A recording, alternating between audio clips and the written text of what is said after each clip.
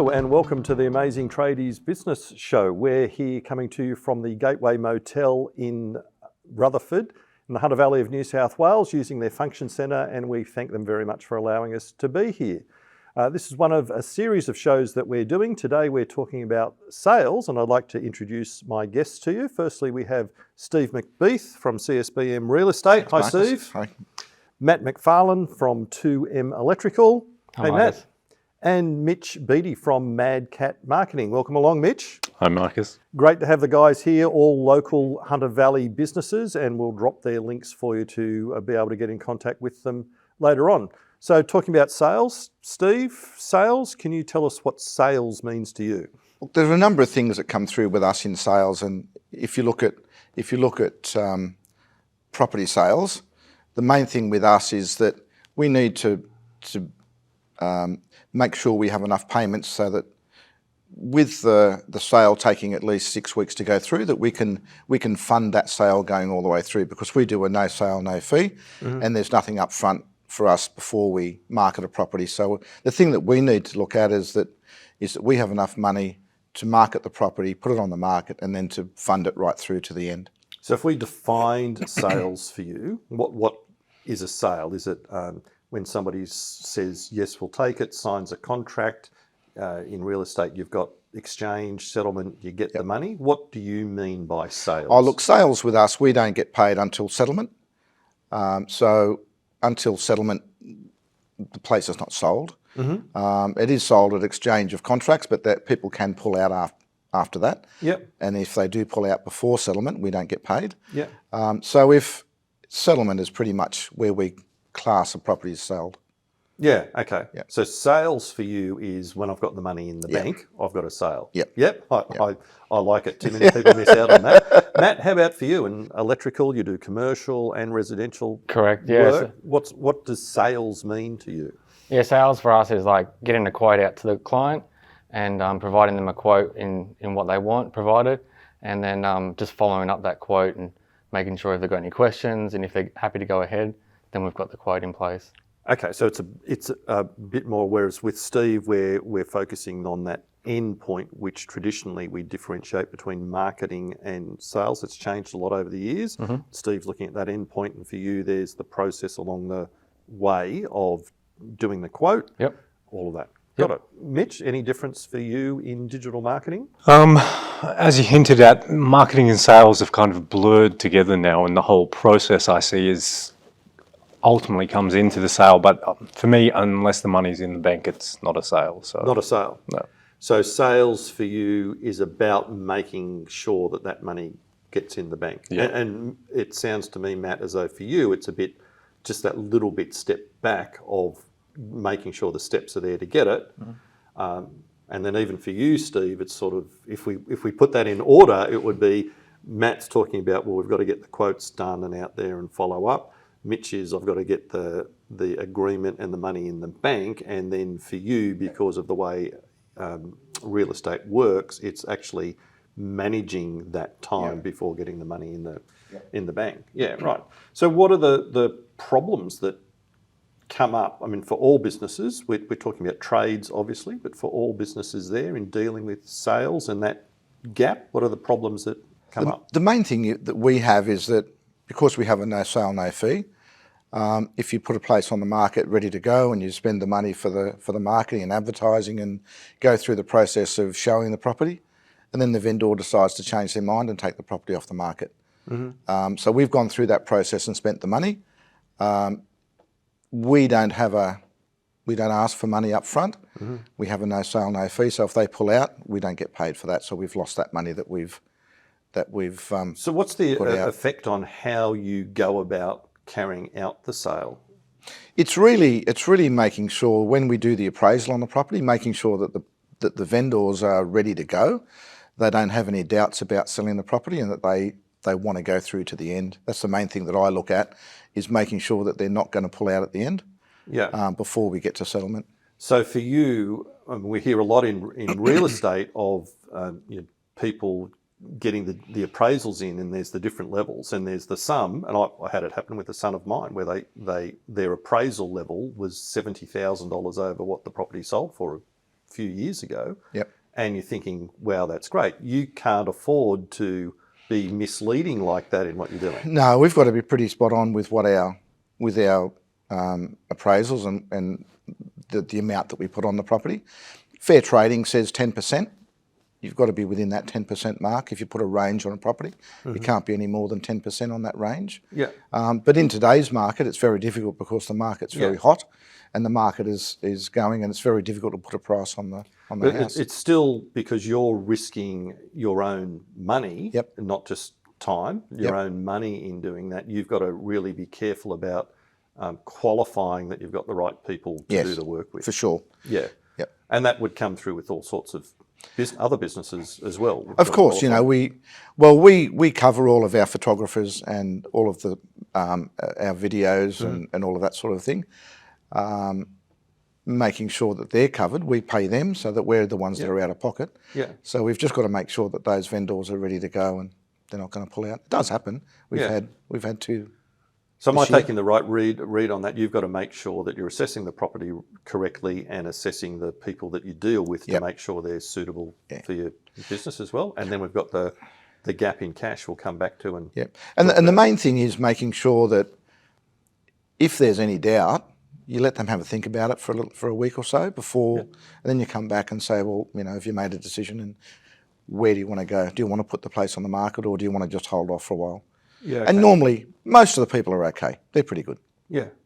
Yeah, okay. And Matt, with the quoting, you're saying for you sales is about making sure those quotes go out. So do you see a problem in the electrical industry, in trades in general, business in general? Tell us about that. Yeah, I think in trades in general, that they go out and do all these quotes and you might be doing 5 quotes a week or 10 or 20, but you're not actually getting all those back in terms of sales. So it's a matter of having a system in place, making sure you follow up with the customer or the client, and making sure that you can get the sale and turn that quote into an invoice and do the job. So do you see that problem out there in the world of trades that people aren't getting the quotes out? Are you hearing things from clients? Yeah, a lot of people will ring, 1 or 2 trades, try and get quotes out, and people won't turn up, or they'll tell them a specific time and then not turn up. And then people will just get let down. So trying to find a trade that will turn up, provide the quote, and then pull through and do the work for them. Yeah, not a really good indication if they're not even turning up for the appointment that they're going to get the job done. So that would be, because I hear that from, potential clients of trades. Well, we don't get the quote or they don't turn up for the appointment. And I hear from the trades, people don't get back to us when they've sent the quotes out there. But you're also saying, well, you need to give people a ring and see how they're going once you've sent them the quote. That's it. Yeah. Because if you don't do it, what's the impact of the business? You're talking about, so they might be putting out, let's even say 5 quotes a week. Yep. And they're not getting back to the clients to see whether they want to go ahead. What's the impact of that? Well, the work level, they may not have enough work, or maybe they're looking to expand their business but don't have enough work to be able to put on extra people. So they need to... Yeah. So often it's there and they're not putting in the extra... What are they doing? If they're not following up their quotes, what are they doing? They could just be, they're just doing their normal work, or they're just doing, It's that thing, I've sent the quote and they haven't got back to me. Exactly, yeah. So they've got to change their focus. Mitch, for you, talking about making sure you have the money in the bank, tell us about that and why that's the focus. I just find that making sure you get the money in, avoids bad relationships, avoids that issue of you putting in the work and then not getting paid in the end, all of that discomfort that comes from... Yeah. So for you, is that a matter of, with Steve, qualifying the client? Because that's what it sounds like to me as well. Well, I've got to make sure I've had the right client, and the right client will actually pay. You work on with some terms and conditions as an upfront deposit as well, those sorts of things? Yeah, that's right. Yeah. What happens if it's not the right person? Like if you're working with somebody who doesn't like those terms and conditions, or maybe it's past experience that's teaching the lesson? Often that relationship comes to an end, not often positively, So they move on and have to find someone else to work with, really. Yeah, so unpleasantness all around. On one of the other episodes, we talk about teamwork, and one of the guests on there, Neil, was talking about how the standard you accept is also how you're training your team, and that can lead on to all sorts of other issues. Does that happen with this, that if you're accepting that they're not quite matching your terms and conditions, that other areas of problems come up? I'm thinking for you, it might be you want them to pay a 50% deposit, but they're not happy, or they're late paying it, or whatever, and then they're complaining, and then it's like, well, we need that content back by this time to meet this. Yeah, that's exactly right. Just Yeah, flows on and on and on. It's a red flag straight up that there's issues there. There's underlying issues, whether it is the cash flow or time management, or you're just going to end up having a problem, or you're just not on the same thought process. You just think differently in business, and yeah. And does that happen with you, Steve? Like with what you're talking about, if you're saying, well, we're at this level for the house, this is the way we do business. If they're thinking differently, does that cause problems? People want to negotiate with the commissions that we use. I cannot imagine why, at the level of commission you charge, it's far too low. So we always look at that. We don't have different levels of commissions. We have a set fee, and what you get is the full package. Yeah. But we're pretty I'm just lucky. to stop you and point out why I'm making that comment is because I know what you charge, and it's not like you have this massive fee that absorbs all of this. It's a very, very low fee. It is. And that's why we need to keep turning them over quickly and keep going with them. But we're pretty lucky that we don't have to invoice, because we hold deposits from the purchasers. Yeah. They'll put in a 10% deposit, so we hold that until settlement, and then we disperse that money out less our fees. So we've always got our fees there. We don't have to send out invoicing or hope people will pay us. Yeah. We've always got that there ready to go. You transfer that idea. You said, so even once the property goes to unconditional exchange, people, for all intents and purposes, are locked into that sale.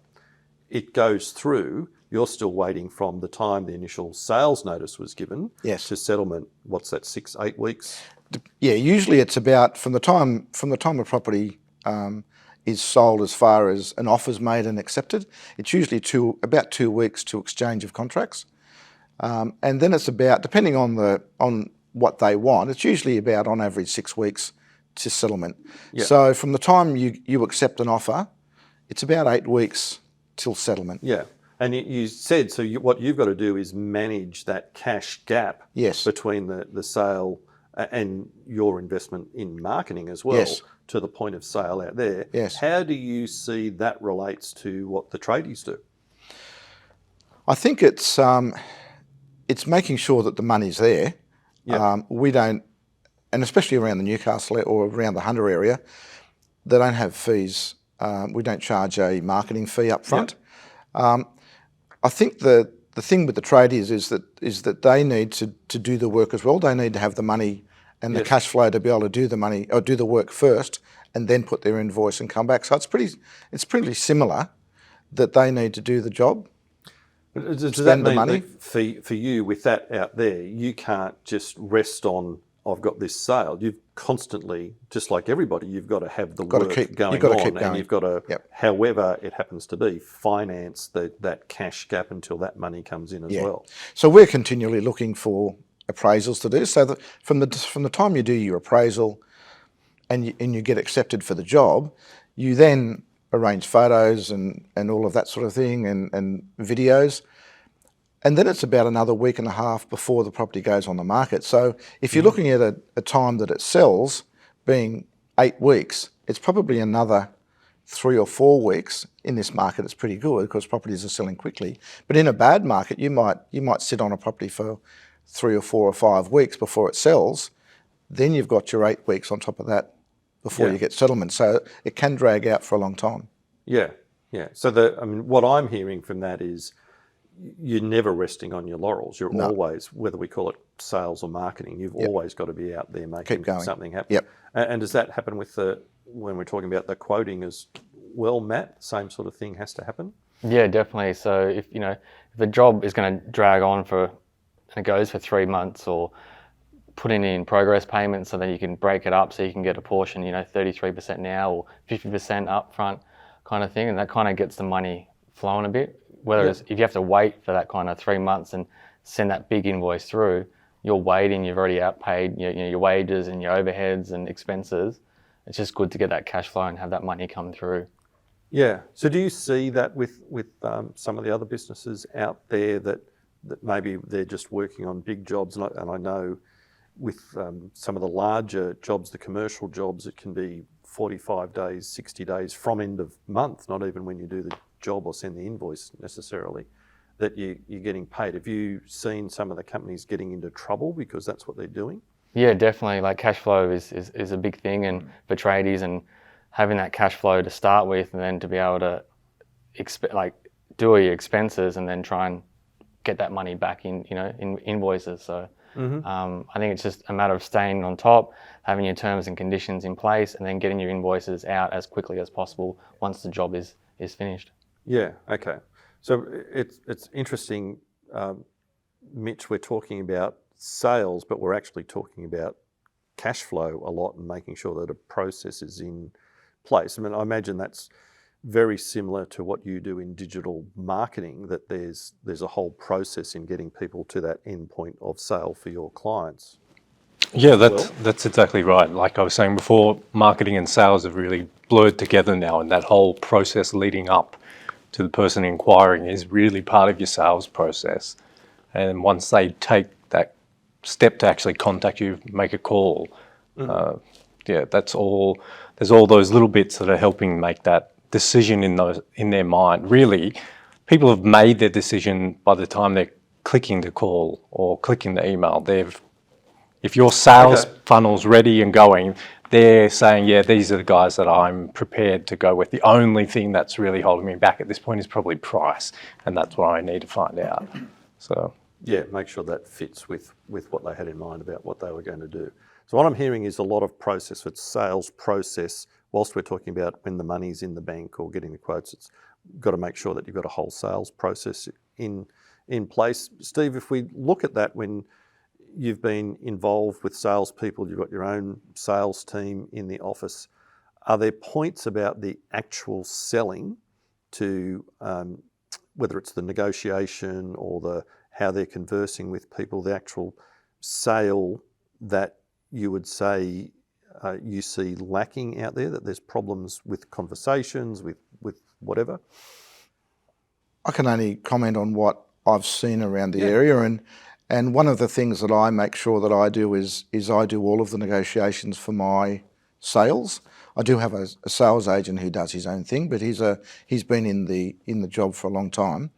But with my staff, my younger staff that come out with me and do open homes, I make sure that I do the negotiations, and that's purely so that because we're working for a client and selling a big product, we want to make sure we're going to get the best deal for them and get the best deal for the purchaser as well.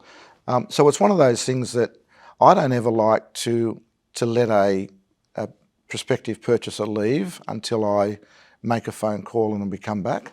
It's much easier to do a negotiation face to face than over the phone.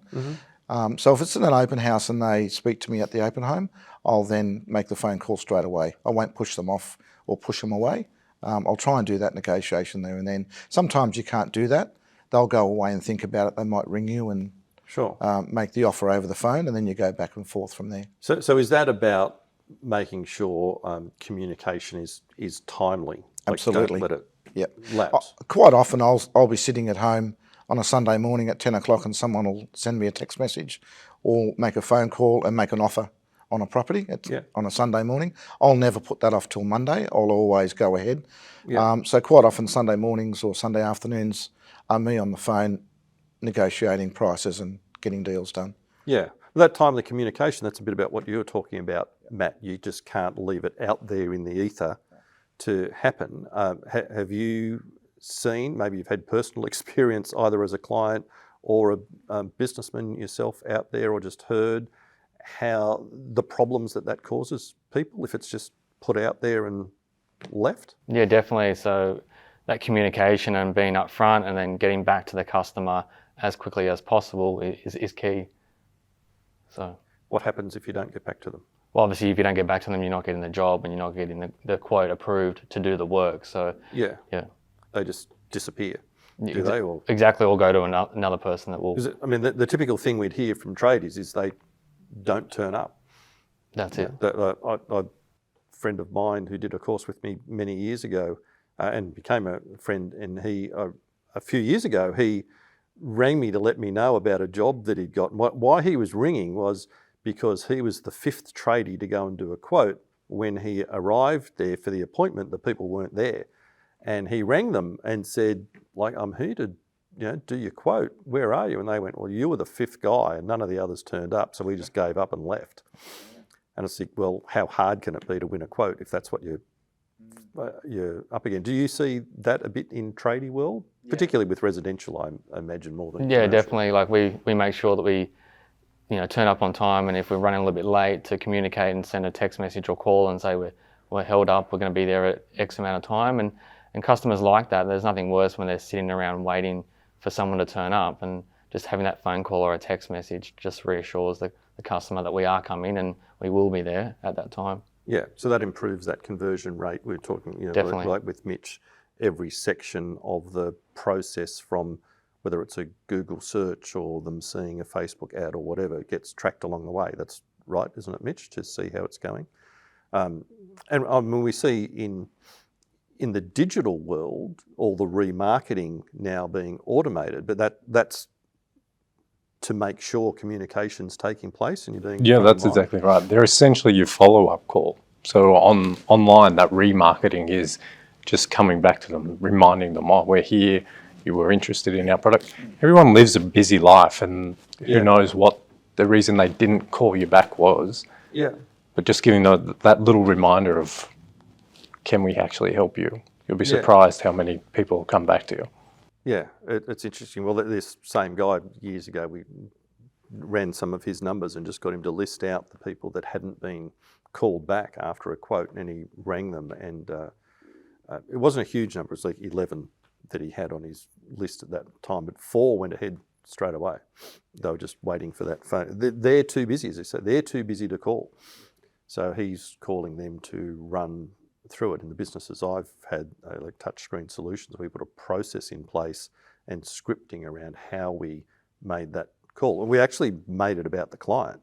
We weren't making it about us. We were making it about, and we told them that we'd call to run through the quote and make sure that they understood what was in there. But that helped our conversion rate of moving them forward.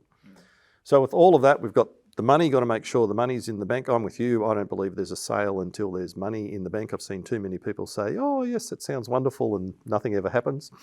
So we've got the money in the bank. We've got to manage the numbers around that to make sure we're keeping the cash going forward. We've got to manage the communication. We've got to manage the timeliness of all of that. To finish up, to let people know that one action, if there was one thing to put in place for them to take action on to improve the sales in their business. Steve, what would that be for you? We use a lot of tradies in our business through our property management, and the one thing is getting those invoices out. So that's the one thing that I could bring to this, is getting the invoice out, get the money in, and then you've got the sale. Yeah, and can I just ask for you, they're sending the invoices to you most of the time to be paid for your landlords. What's the importance of that for you as a property management company and for the landlord? Usually we speak to the landlord before we have the job done. We then get our trades to do the job. And if it's the landlord's then expecting an account to come through on the system, if it doesn't come through for 5 or 6 or 7 or 8 weeks, they've forgotten about that. And then they'll suddenly have this account next to them and they'll go, what's this about? And I said, well, remember that 8 weeks ago? That's what it's all about. Getting it out there, getting it quickly. Spent the money on that. Yeah. Okay. So really important for that to happen. So make sure you get your invoices out to get the money in the bank. Matt, for you, action step for somebody to take to improve their sales? Communication. Just having communication and getting back to the customer is key. Yep. So, Yeah.